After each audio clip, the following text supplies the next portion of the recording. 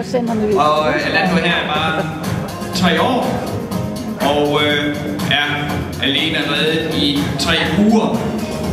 Blue Horse Alando efter Jazz, hvorfra det er Rodium, følger Juventus og Hemingway. Og Blue Horse Alando her er jo en helt frisk nyerhvervelse til Blue Horse. Den er kort i Hertogenbosch her i 2012, og Blue Horse erhvervede sig hængsten i Hertogenbosch. Nogle af de andre unge hængste her på Blue Horse, så er lige netop den kombination særdeles brugbar. Og Flemming, hvis jeg lige skal komme med en indskudt bemærkning til om den her hest, så er det jo en hingst, som vi købte i forbindelse med kåringen i Holland, som du sagde. Og det er jo sådan med de hængster, der kommer fra Holland, men du ved aldrig rigtigt, hvad du får, før du får dem hjem. Og i Alandos tilfælde, jamen, der var knap blanchevand, og der var absolut ikke ryttervand. Og det rakte faktisk til en anden plads blandt 44 deltagere. Sidste år havde vi jo en fantastisk følgeovergang efter Bentley.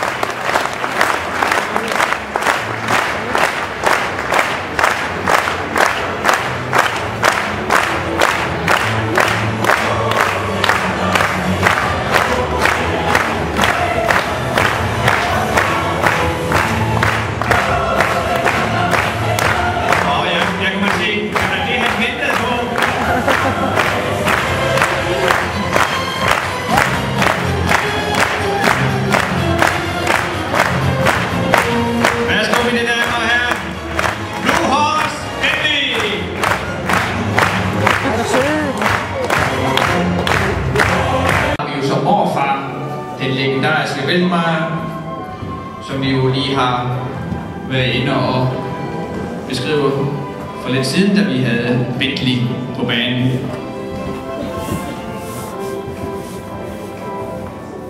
På morstammen her på Blue Horse Flexure har vi jo en hoppestamme, som er yderst interessant. Har leveret flere kårede hængste. Den anden så What a Feeling. Det er da godt nok blevet efterlængere.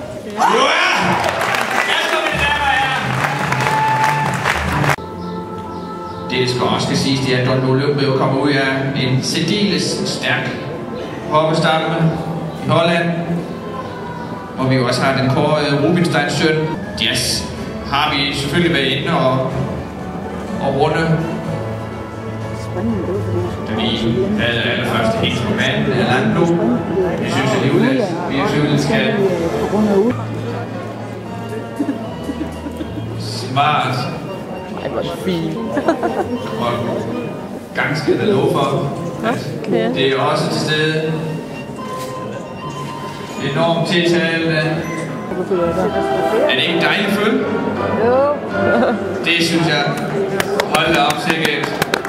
Tiltalende følge her. Det kunne ellers være svært. Nervøs for, at man bliver opstået. Prøv at lægge mærke til, sikkert langt ben, der er på dette følge. Og allerede enormt veludviklet. De 3, vi har set her, er virkelig følge, der kommer. Men afstamningen her er jo i sin helt egen internationale topklasse. Rodiamant, Grundstein, Accent 2, Foltorno. Og som sagt, helt bort til Blue Horse Romanov, men jo også helt bort til Rubin Royal. Og det er jo en hoppestamme, der har produceret på en lang snor fra Harley Seifert i Tyskland.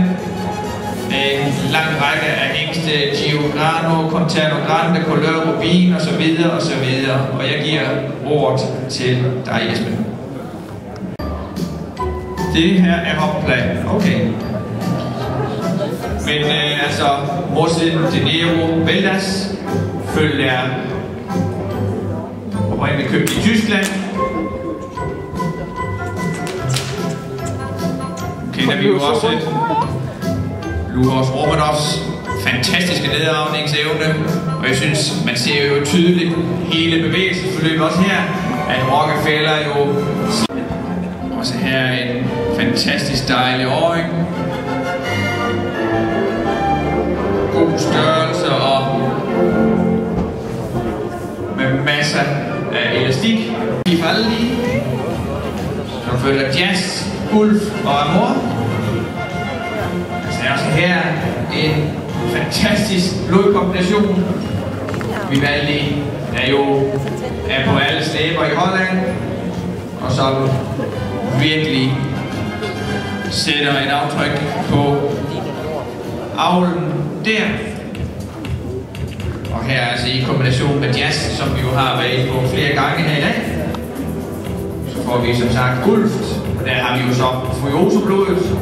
Furioso-blodet giver gnist, og det giver enorm styrke. Altså faren Vivaldi er jo pt. Går lille tur under Hans Peter Vindehus. Vivaldi var jo også far til årets hoppe i Holland i 2010, og far til årets fløjhæng. Jeg har lige gået 10 dages test på Villersborg. Jeg synes, det der er værd at hæfte sig ved her, er jo lidt ligesom vi havde Elando, en enorm moderne hingst, højstillet, ædel. Det er jo som vi vil have typen i dag.